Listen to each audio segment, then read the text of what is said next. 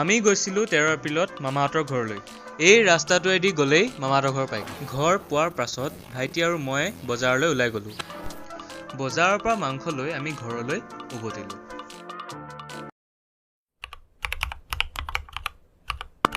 পিছদিনা গৰুৰ বিহুৰ প্ৰস্তুতি এনেদৰে হ'ল। এয়া হৈছে গৰুৰ চাক, যিবোৰ গৰুৰ গালৈ দলিওৱা হ'ব।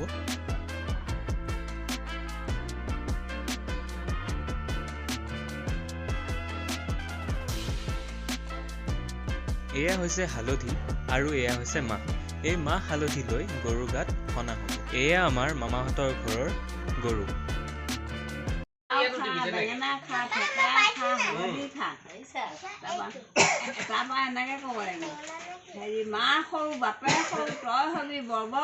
প্ৰথম তুঁহ, তাৰপৰা লাই যাবই, তাৰপৰা আকৌ সেই মাখিলতি,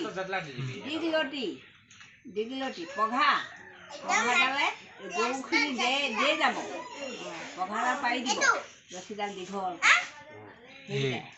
জাক দিওঁতে আৰু বিচনীয়ে আজি বিচিব গৰুকেইটাক নে চবকে মানুহ বিচিব আজি। সকলোৱে চাক লৈ গৰু গাত দলিয়াবলৈ সাজু হৈ আছে। আৰু এনেদৰে গৰুবোৰ এজনী এজনীকৈ বা এটা এটাকৈ বাহিৰলৈ অনা হ'ল।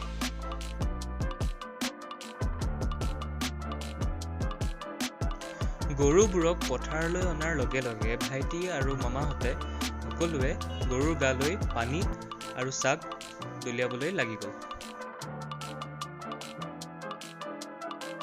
গৰুক গা ধুৱাই হোৱাৰ পাছতে কণী যুঁজ আৰম্ভ হ'ল।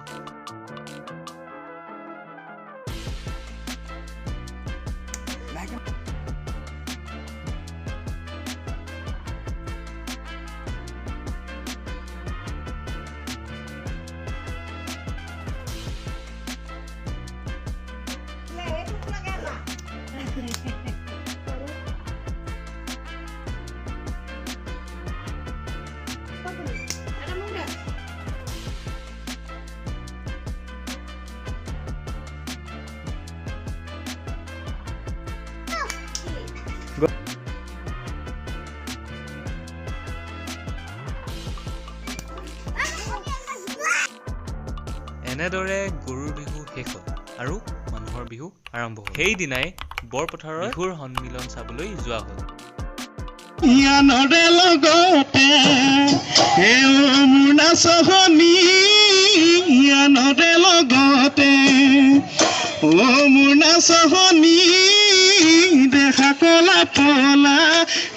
বিহু সন্মিলন চাই উভতোতে বৰষুণ দিলে। সেইদিনা ঘৰতে থকা হ'ল আৰু পিছদিনা যোৱা হ'ল KGF চাবলৈ। তাৰ পাছত আমি পিছৰ দিনা ফুৰিবলৈ অলপ ওলাই আহিলোঁ। এতিয়া আমি গৈ আছোঁ বিপিন চাও ডাঙৰ এটা পুখুৰীলৈ। চাওক, এইটোৱেই তেওঁ গঢ়া এটা পুখুৰী, যিটো বহুত ডাঙৰ। তাৰ পাছত আমি উভতিলোঁ।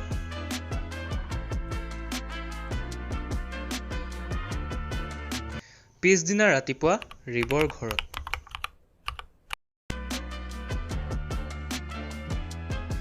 কিছু সময় থাকি ৰাতিপুৱাই মই ৰকিক টাটা দি ঘৰলৈ উভতি আহিলোঁ।